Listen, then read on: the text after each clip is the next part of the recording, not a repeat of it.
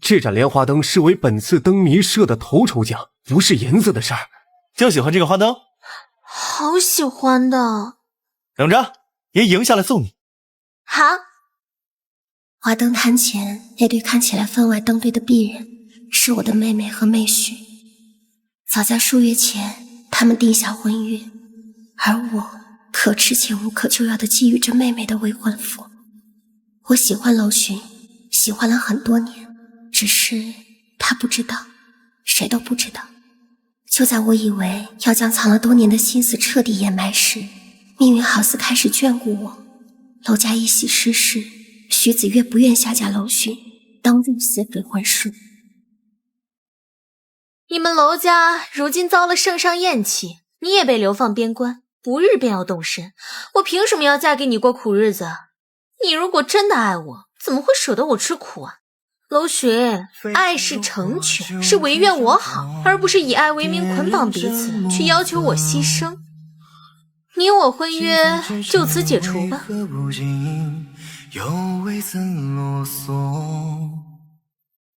星河被身边倾吐的偏恋倾城难负尽了。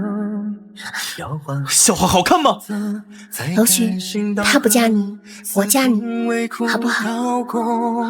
不甘不放不悔过，不疯不活成我，你却非兰若佛陀，独不怜我。女儿愿带妹出嫁，履行婚约，求父亲母亲成全。许渊，你脑子是进水了吗？明知他们楼家如今什么情况，你还非要上赶着往火坑里跳。我喜欢楼寻，我愿意嫁给他。紫月姐，有人自甘下贱，你又何必再劝？父亲母亲，我自幼便被寄养在乡下，直到祖父去世才被接回你们身边。我知道数十年不曾见面，让你们对我感情稀薄，我从未苛求过什么，也从未怨怪过你。但今天女儿恳求你们成全我一次。守住誓言。彼时我一腔孤勇，靠着满心爱意，为藏在心底多年的少年披上嫁衣，与他拜了天地，结了夫妻。哪怕明知他不爱我。为什么啊？为什么愿意嫁给我？楼家如今在京中立不了足，嫁给我后你会被牵连，你要随我一起去边关，边关苦寒，你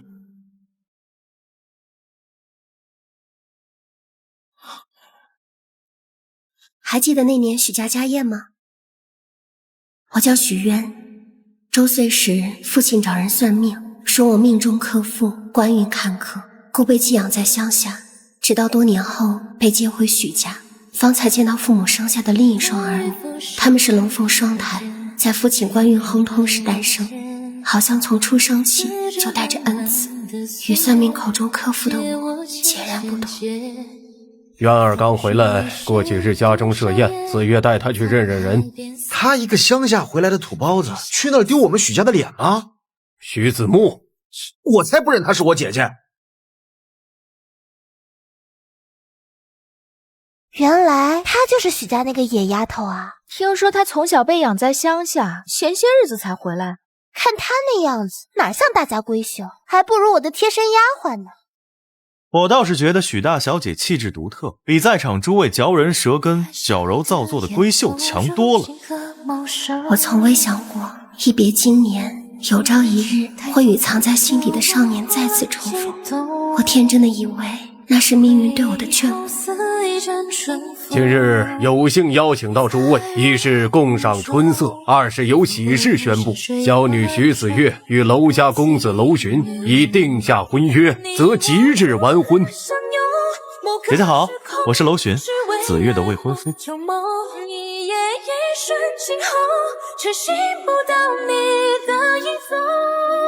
他完全不记得我了，只将我当作心上人的姐姐。原来久别重逢不过是命运与我的玩笑，我偷偷藏在心里暗恋多年的人，转眼成了我的妹婿。对不起，我这就收拾。你先下去换身衣服，这里自有下人收拾。对不起，失礼了。那年许家家宴是我回京后初次赴宴，当时被世家公子小姐们奚落之时，娄公子曾站出来仗义直言，许愿不是我一直感怀在心。娄公子是很好很好的人，纵如今一时困顿，日后也一定会守得云开见月明。你喜欢我？不是，我不喜欢你，我只是可怜我？不是，那是什么？是许渊不忍昔日意气风发的少年被接二连三的打击，不忍见他眼底黯淡无光。我想告诉他，不是告诉你，你很好很好，你值得被爱，会有人爱你的。我就会。我知道你喜欢的人不是我，但没关系的，我不会强求你喜欢我，你就当是许家欠你的，就当我嫁给你这件事是件对我们双方都好的事，你不用对我有任何的负疚，因为我也有喜欢的人。喜欢谁？你不认识他。不喜欢我就好。许渊，我想你应该知道，我答应娶你有和徐子月赌气的成分在，我对你没什么感情，也给不了你喜欢和爱。我知道。不后悔？不后悔。我去打地铺。委屈娄公子了。他腰间悬挂的玉佩是徐子月退回来的定情信物，他对他仍有旧情。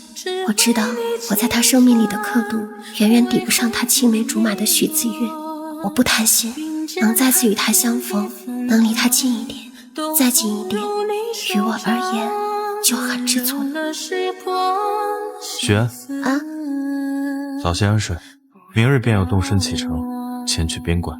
知道了。出了这城门，下次回来就不知道什么时候。啊？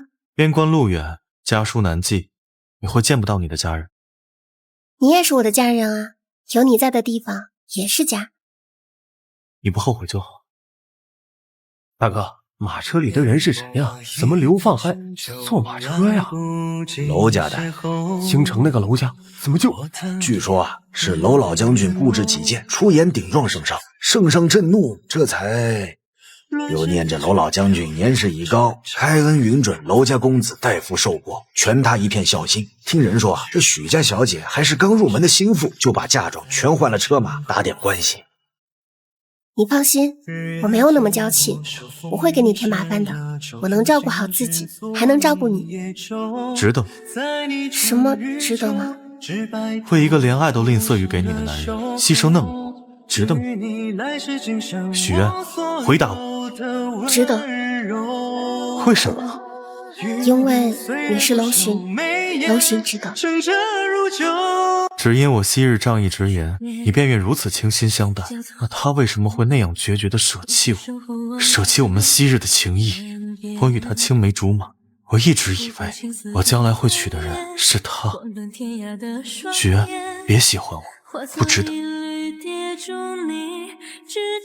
其实我与他之间的交集远不是许家家宴上仗义直言那么浅淡，我认识他早在我回京前，早在我15岁那年，只是他不记得，他心有所属。于是那段难以释怀的时光成了我一个人的刻骨铭心。我从未奢望我的爱能够得到他的回应，我只盼着他平安喜乐，若此便好。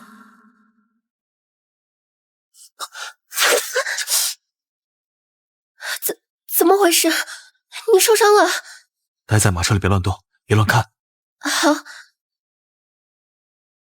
主子，都处理干净了？都处理干净了，看穿着像是这一带的流寇。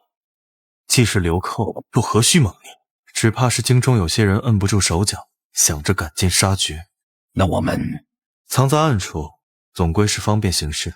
传消息，就说娄寻死了。想问什么？我想好什么该问，什么不该问。有些事知道的越多越活不长。我不问，只要能让我跟着你就好了。你胳膊上还有伤，你别受凉。自己都抖成筛子了，还有空关心别人？许渊，觉得冷的时候要说冷，会哭的孩子才有糖吃。知道了。怎么？披风很大，我们可以一起去那儿。我们是夫妻，夫妻之间无需那么生疏见外吧？怎么会有人像他一样，看似娇娇怯怯的，实则果敢决断，让人无法拒绝，又总忍不住将目光落在他身上。醒醒，老玄，她是子月的姐姐，你喜欢谁也不该喜欢她。老玄，我在，安心睡吧。殿下，慢些。听说了吧？押送楼寻的官差在路上遭了流寇，他死了。你说，若是楼寻九泉之下得知他昔日捧在心间的人，如今在本殿身下承欢，会不会气得活过来？殿下，你好坏啊！这个节骨眼提他一个死人做什么？多晦气！好，不提他，好好疼你。你身上怎么这么烫？是那只剑上带的毒？楼寻，你能听到我说话吗？楼寻，没死。你不会死，我不会叫你死的，我会救你。雪，你疯了！别！萧夏不小心被蛇咬伤，都是这样将毒吸出来的。只要流出来的血开始变红，就会没事的，不会叫你有事的。你看，吐出来的血开始变红了，没事了。你傻不傻呀？若是这毒，那就和你一起死，生同亲，死同绪。那晚他高烧反复，情急之下，我只能褪下衣衫，以身之冷为他降温。那是我与他成婚后第一次肌肤之亲。你是谁？我是你的妻，别抗拒我，别推开我。子月，我在。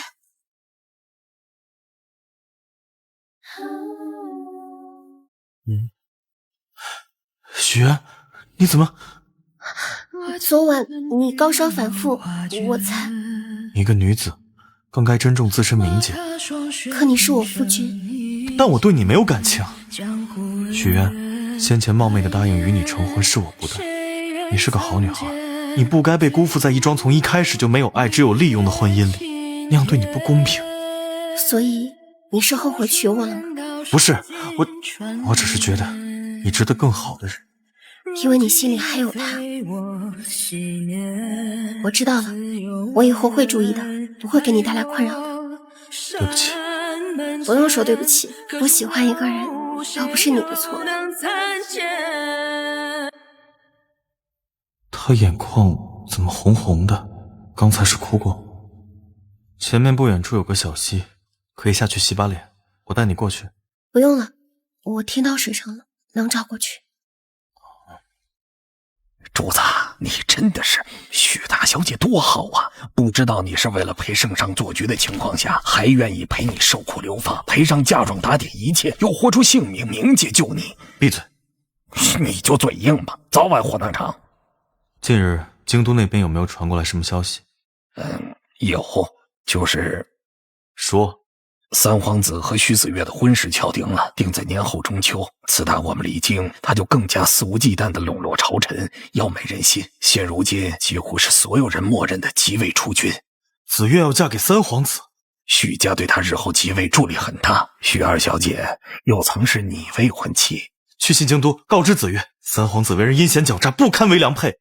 主子，你怕是忘了，你现在是个死人，现在贸然传信过去会暴露的。坏了，这下不传也暴露了。抱歉，我不是故意偷听的，我只是想取个帕子。听到什么了？您与圣上做局，还有徐子月不日成婚。圣上年事已高，各皇子觊觎皇位已久，陛下知其诸子心性，心中早有储君人选，奈何三皇子母家太盛，在朝中盘根错节，极难拔出，这才与家父演了这么一出戏，以流放掩人耳目，实则调边军驻守京郊外，再伺机而动。这是密旨，你不用告诉我的。你不怪我欺瞒你吗？我又有什么身份责怪？你说什么？我说，既然娄家失势只是做戏，那他日回京我们就和离吧。我不会扒着不属于我的位置不放，你可以去娶你喜欢的人。你放心，我会同徐子月解释清楚，不会让他误会的。另外，既然我已知晓，他往后也不必再躲躲藏藏了。夫人还真是贴心呐，按我许愿就好。主贼，你算是彻底玩完了。这几日我暗中跟随，发现姑娘好像懂很多生存技能啊。我自幼在乡下放羊长大，1年前才回京的。哪里？在哪里长大？一个小地方，娄公子应该没有听说过。什么地方？无锡。无锡，挺耳熟的，就是想不起来在哪儿听过。爹，娘亲，不要丢下我！从我记事时起，对父母的印象就只剩下朝远方行驶的马车，无论怎么努力也追赶不上，像颗被随手遗弃在田间的种子。舅母，我告诉你，我是你舅母，不是你爹娘，没道理养你。你要想吃饭就必须干活。我知道。说什么寄养一段时间就接回去，我看呢就是嫌弃你是个女娃赔钱货，想着把你这个拖油瓶甩给我，什么东西？那我们家没有多余的房间给你住，你就睡柴房吧。寄人篱下的日子并不好过，所以我很快学会了察言观色，小心翼翼地讨好着每个人，拼命地干活，努力维系着自己所剩无几的尊严。直到那年的雨夜，周恒醉酒闯入了柴房。表哥，许愿，你在我家白吃白住了这么多年，是不是也该付出点什么？我没有白吃白住，我有干活的。我说不够。你每日可怜兮兮地看着我，讨好，不就是在勾引我吗？我今天成全你，还不好吗？我没有，你放开我，表哥，你放开我！还是没有？你现在掉眼泪，就是在勾引我。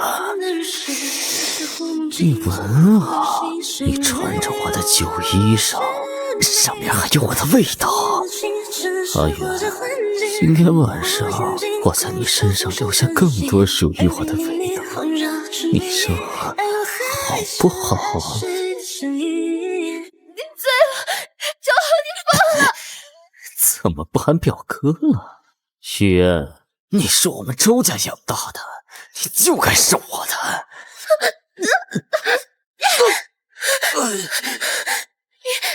你喝醉了，你出去！我没醉。哎呦，这怎么就给脑袋上砸这么大个洞啊？你个死妮子，怎么敢下那么重的手？他发酒疯，我才砸他的。你说什么瞎话？没事，小伤而已，是我酒醉昏了头了，你请别为难他。哼，我儿子为人从来端正，怎么可能醉酒发疯？一定是你个不要脸的小贱蹄子趁机勾引他，还在这倒打一耙。我没有，我真的没有。你还敢犟嘴？够了！哎呀，好，我不说他了，先带你去上药去。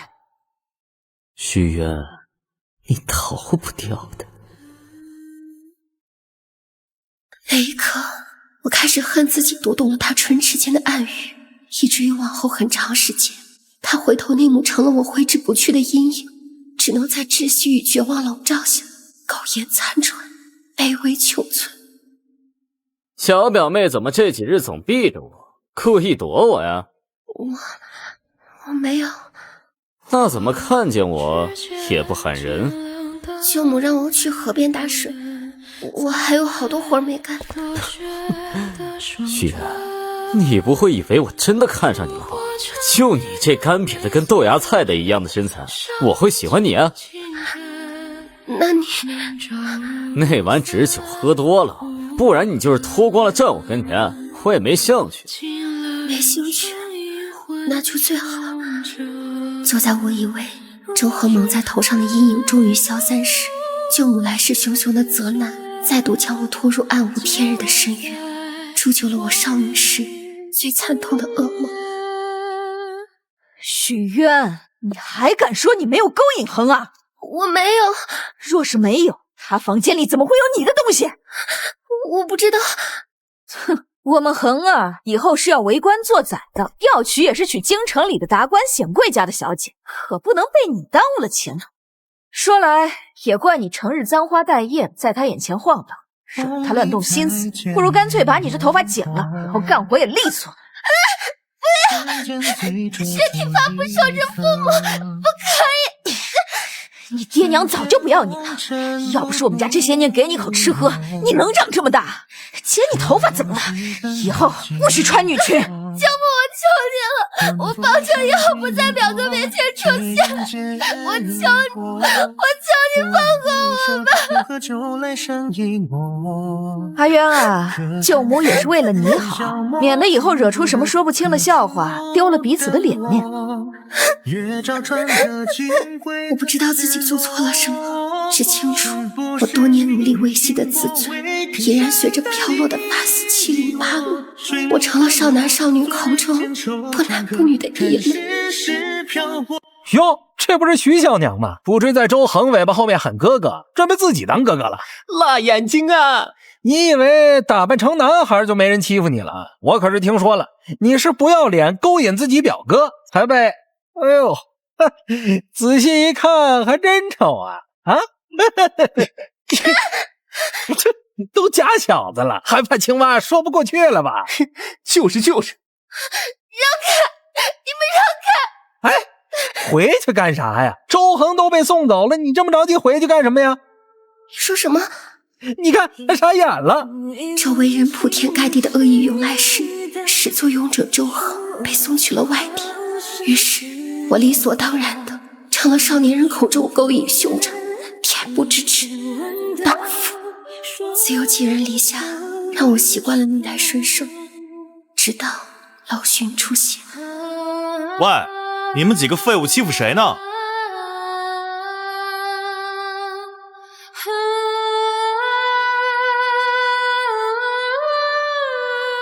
方才在马车上，你在想什么？那么入神。没什么。我想起我为什么觉得乌溪耳熟了。我之前在京中太闹的，被我爹丢到那个乡下地方历练过。不过后来回去路上，马车打滑，从山坡滚落，很多事就记不太清了。你说什么？你受伤失忆了？所以他不是故意不回信，他出意外了，他不得已才忘了我。应该也不是什么很重要的记忆。不重要的记忆？并没有影响我的生活。可能真的不重要吧。许愿也在自我脑补，一段时光在他心中只是一个不重要的人，留下的一段不重要的记忆，他自己都没有失忆的困扰。你别再把自己困在过去的回忆里，他有喜欢的人，那个人不是你。你脸色不是很好，是老婆，我们可以一起。男女有别，算了吧，我去马车里避一避风就好。感觉许愿姑娘好像一下和你生分起来了。还没合理，懂不懂规矩？京城降下第一场初雪时，三皇子起兵谋反。还有什么要同我交代的？平安，平安就好。一定。等我回来，带你风光尽致。好，我等我。早已埋伏在城外的冷虚率兵杀进皇城，银鞍白马，英姿飒沓，青龙就驾，成了名副其实的少年将军。好帅啊！老将军，老将军！他本该是这般万众瞩目，意气风发的少年郎。手给我。幸不辱命，平安归来。如今来接夫人回家。他唤我什么？夫人？傻了这是？你有拜过天地，喊句夫人也不可以？没说不可以，只是我从未奢求过明月入怀，故而我觉得眼前的一切好似幻梦一场，泡影一般，明明并不真切，却还是不忍戳破。陆巡，三皇子妃当街拦人，是对旧人旧情难忘，还是想为新人讨回公道啊？我看是眼看三皇子倒台，又想攀附娄家。当年他们许家眼瞧着娄家失势，趁机悔婚，还好意思重提旧事啊！这许大小姐与娄将军才是患难与共的情分，明眼人都知道选谁。先送夫人回府。娄巡，我承认当初是我怕吃苦，所以不愿跟你去边关。你不能因为我做错一点事就否认我以前的所有好。当年你受伤失忆，是我衣不解带的照料你，我们那么多年的情分呀。你说过无论如何也不会不管我的。你确定要与我谈当年？即便不提当年，流放之时你对我也有欺瞒，不是吗？我们扯平好不好啊？所以你觉得我是存心欺骗你？倘若你告知我只是与圣上做戏，我又怎么会？徐子月，你可知那是密旨？密旨如何？说起来，三皇子针对的从来都是你，我是因你受到无妄之灾，沦为寡妇，难道你不该对我负责吗？徐子月，你还讲不讲理？他就不会像你。他？谁？许渊吗？娄巡，这才过了多久，你就心心念念一个许渊了？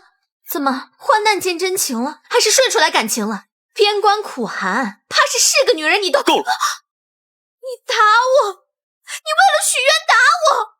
你不该出言辱他。许渊为人坚韧，即便遭许家薄待多年，也不曾因怨恨出言诋毁过你。你呢？你口出污言秽语，辱他名节，难道还不该打吗？你就这般维护他？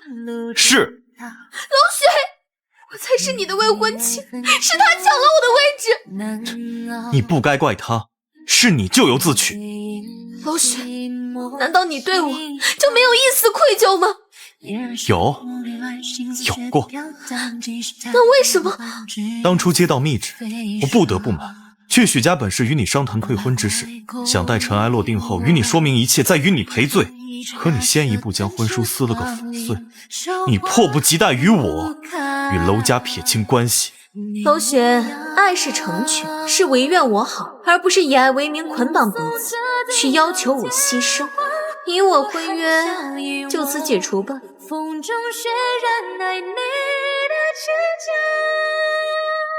徐子月，我从未设想过要求你为我牺牲，也曾想找个万全之法保全你，但是你先放弃，我也百思不得其解。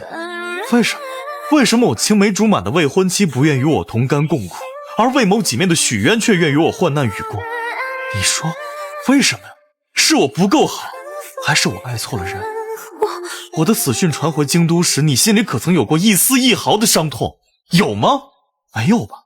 因为你和三皇子的婚讯已经定下，顾不得伤心吗？不是的，我也很伤心，可日子总是要过的，我得往前看呀。许渊他能吃苦，他自小在乡下长大，可我不一样，我受不了边关苦寒，但这并不代表我不爱你啊。或许你爱过，但你爱的只是那个家世显赫的娄巡。权衡利弊，趋利避害，是人的本能，这不怪你。可我见过真正赤诚的爱，一腔孤勇，为我而来。尽管我克制自己不去在意，却还是会被他的一颦一笑牵动心绪。我曾深恶痛绝自己轻而易举的移情，想与他划清界限。我觉得他值得更好的人，我觉得没有彻底放下前人，不配与他谈感情。今时今日，再见到你，听到你那些言论，我觉得我可以放下。我不得不承认，过去是我爱错了人。说来说去，还不是因为你爱上许渊了？是，我爱上许渊了。你以为话说开了，我就会放过你，不再纠缠你？陆巡，你做梦！你在香炉做了手脚。父亲，母亲。哎呦，看着消瘦了不少啊。我们渊儿这些日子受苦了，但以后都是好日子。我们渊儿也是风风光光的将军夫人了。母亲，你睁眼说什么瞎话？楼巡分明是紫月姐的未婚夫。玉子木，难道我有说错吗？放眼京都，谁不知道当年婚约是给楼巡和紫月姐定下的？他抢了紫月姐的人，难道还不让人说啊？什么叫抢？哎呀，渊儿，你别生气呀。他自小被我们宠惯了，这些日子又吃了苦，所以我就该承受他没来由的恶意。我不欠他什么吧？是。徐子木，当年楼家遭难，是徐子月亲手撕毁了婚书，我没有抢。没有抢？那你现在把楼巡还给紫月姐啊？这才是你们今天来这的理由吧？想让我把楼夫人的位子还给徐子月，所以纵容幼子无礼，想借他的口来达成目的，是吗？许渊，你怎么能这样想你的生身父母？阿渊，你也是我们的女儿，是我10月怀胎从身上掉下来的一块肉，我怎么可能那么委屈你啊？只是紫月毕竟是你妹妹，如今又遭逢如此巨变，娘是怕她日后另嫁，在夫家遭人嫌弃。可楼巡到底不一样啊，那婚事当初本就是紫月的，如今只是想让你从中劝说一二，让楼巡将她抬为平妻，不会影响你的地位。你们姐妹也好有个照应，不是吗？母亲，你的心从来都是骗我。你怎么和你母亲说话的？男人3妻4妾本是常事，你如此善妒，日后……父亲，扪心自问，倘若今日站在这里的人是徐子月，你还会说出3妻4妾是常事，劝说他给夫君枕边天人的话吗？你会吗？你不会吧？那为什么到了我这儿就变了？因为你们打心底里就没有觉得我是你们的女儿，你们不曾为我谋一点利益，不曾想过我的日后，不曾给过我半分爱，却还想剥削我仅剩的余物，照耀你们真正的女儿，真的好狠心啊！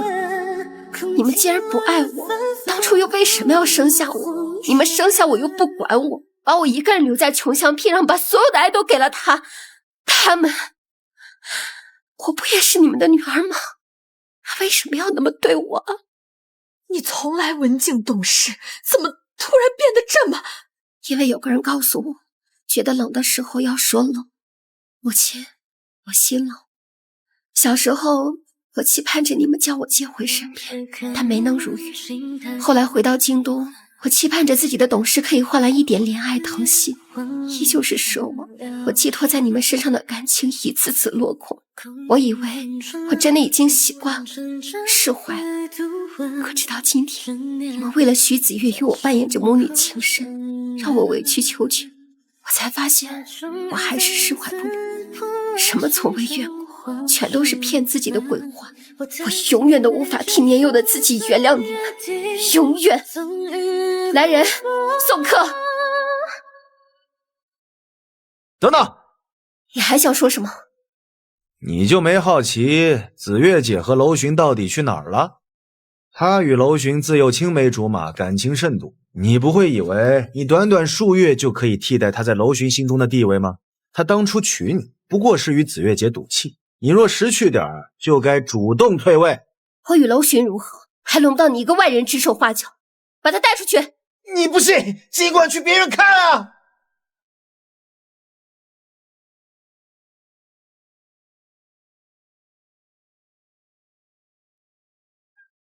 徐子月，你胆敢对我下药！哼，你现在有空在这儿与我纠缠，不如先回去看看许渊。忘了告诉你，昨晚他来过，虽然你只是被我下了迷药，可他亲眼目睹你我躺在一张软榻上。你说他会作何遐想啊？找死！找死！不要怪就怪你移情，我不好过，你们谁也别想好过。楼巡，当你看到这封信时，我已经离开了京都，去往本属于我的地方。我曾以为京都有我的亲人、爱人，可终究还是舍我。很抱歉，没有履行承诺，同徐子月解释清楚我们的事。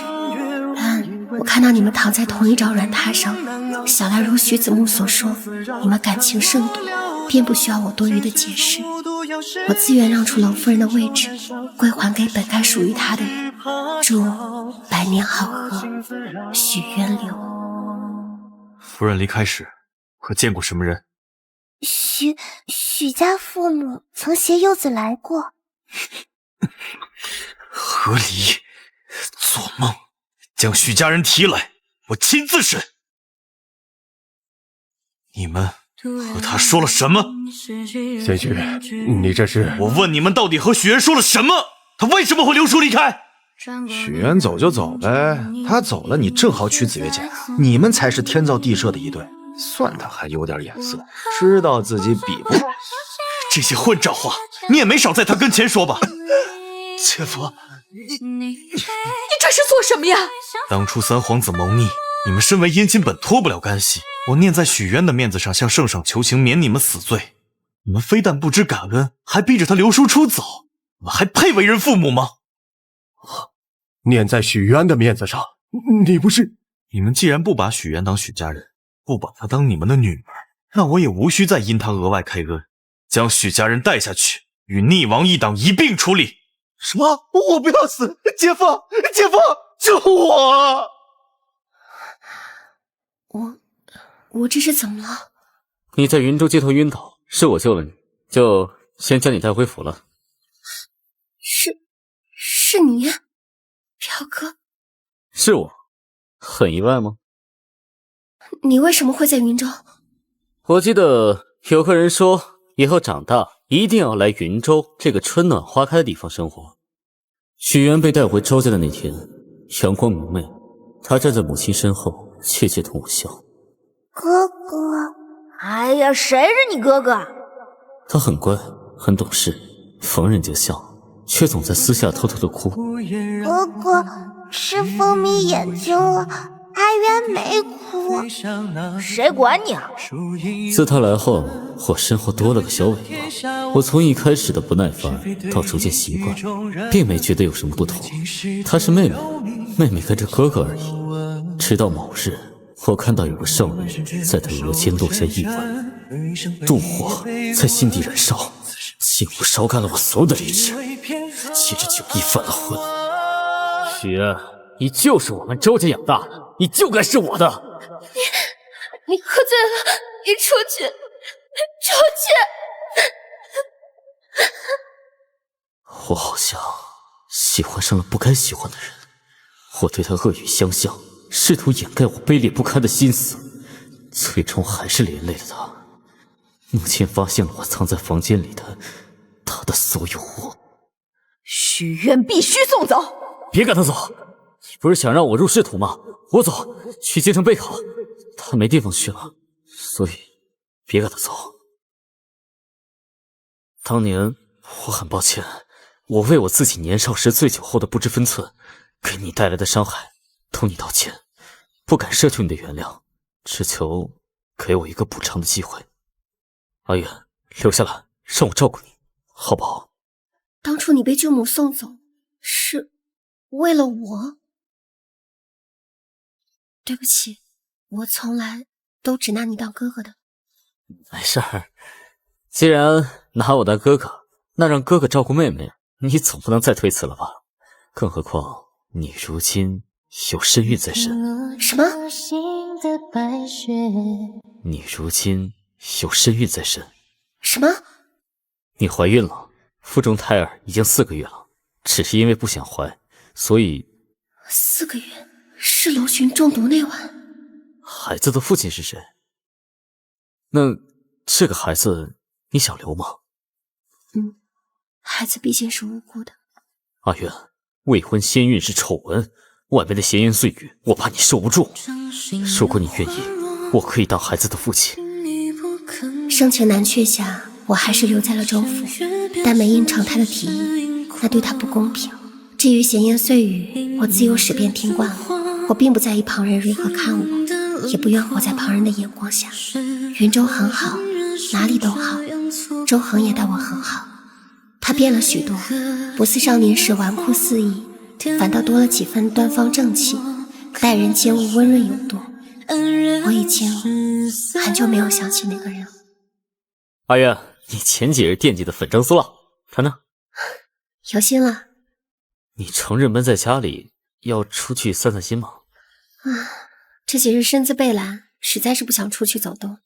阿月，表哥直言便好。我最近听来一些消息，是关于京城楼家。你腹中的孩子是楼寻的。是。我不知道你们中间发生了什么，但楼寻前些日子去了无锡。他傻眼了，哎，他不会真的那么恶心吧？喜欢自己，他哭了，是真的。喂，你们几个废物，欺负谁呢？什么不重要的记忆，明明很重要。楼寻，你简直活该！楼寻在天翻地覆的找你，你还想见到他吗？我不知道。阿月，我一直在等你。少不经事时的一次冲动，让我错失先机，我暗自悔恨了许久。如今久别重逢，我又生出太多顾虑，唯恐惊着你吓着你。阿月，但我求你，别只把我当哥哥，好吗？给我一个和楼寻公平竞争的机会，好不好？肚子，来人，将我拖来！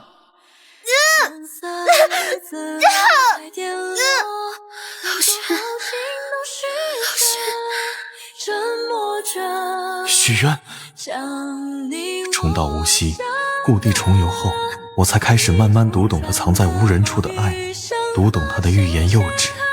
原来命运早在多年前就馈赠了我们一场天大的缘分。别哭了，我娘说了，女孩子掉落的眼泪要用手帕接住，不然就会变成珍珠滚丢了。眼泪是不会变成珍珠的。我是为了逗你笑的，你怎么这个真儿也叫啊？他们为什么欺负你啊？因为我不伦不类，不男不女，好欺负吧？就因为这？你看我一个大男人簪花，是不是也不伦不类了？但实际上，别人的看法都是狗屁，仅靠着穿着外表去随意定义别人的人，都是一些自以为是的蠢蛋。别在意他们的看法，他们又不了解你。我就觉得你很特别啊。偷偷告诉你啊，我爹说边关将士还偷偷往盔甲里塞丁香呢，很魔幻吧？许愿，你到底在哪儿啊？我怎样才能找到你？小花，这下看得到了吧？救救妈！慢些，别摔着他了。我看他算是被你惯坏了，自己热闹着要来看灯会，这才走了几步路啊，就要人抱。你都快成小猪了，还让舅舅抱啊？哎，就他这点分量，还不比一杆枪重呢，抱着一点都不累。好啦，跟娘亲回屋睡觉了。不要，花花今晚要和舅舅睡。真的不跟娘亲睡？不要。没事儿，小花也不闹人，我带她一晚也可以。走喽！乖，别出声，你也不想被女儿看到房间里藏了个男人。许愿，还真是够能藏，都藏到野男人家里了。知道这5年来我是怎么过的吗？我到处找你，我恨不得将天掀翻了。你呢？你有想过我吗？你为什么要不告而别？我没有，我有刘信跟何离。不许提那2个字！你别在这儿跟我耍流氓。何离是我……看来还是不长记性。楼玄，何离是我撕了，所以你还是楼夫人，跑不掉。你狠心剖腹，现在还跟我发脾气，这世上怎么会有你这样狠心的女人？你先放开我。我不，谁知道你是不是要跑？我好不容易才找到你的。我不跑。我不信。那我们这样怎么说话啊？现在总可以了吗？你有劲没处使啊，非得抱来抱去的。有劲，但只想往你身上使。雪，我真的好想你。这些年，我一个人去了很多地方，去了乌溪，我想起了那些被遗忘的记忆。对不起。为什么跟我道歉？我想起的太迟了，平白惹你伤心那么久。我喜欢你，许愿。因为愧疚，因为爱，因为爱你，所以在看到那封信时，我又气又恼。气的是你留书出走，不告而别；恼的是我自己。倘若我能多给你几分底气，我们也不至于分别5年。明明早在回京前，我就察觉了自己的心意，没想到临了被徐子月摆了一道。徐子月摆你一道？他给我下了迷药，惹我夫人误会离家出走，害我夫妻分散多年。你能别一副受尽委屈的样子吗？我就是很委屈啊，谁那么大的老婆跑了不委屈？你说了这么多，就没有什么想问我的？啊？女儿和你口中的野男人。我女儿。你怎么断定的？真夫妻不会分房睡。而且我刚才躲在房里，听到女儿喊她舅舅，所以你不光自己跑，还带球跑，太过分。要罚。你别胡闹。想什么呢？罚你陪我睡觉。就睡觉？就睡觉。大舅哥早啊！来，乖女儿，改口喊声爹来听听。娘亲，他从哪儿冒出来的？就突然冒出来的。你循序渐进点，别吓着孩子。哎呀，随我来一下。那人想必就是楼寻吧？你真的想好了？想好了。我们之间有些误会，但误会总晚说开了。你不知道，我偷偷喜欢了他很多年，其实是我得偿所愿了。待你2人大婚，我定备厚礼，赠妹妹妹婿。谢谢哥。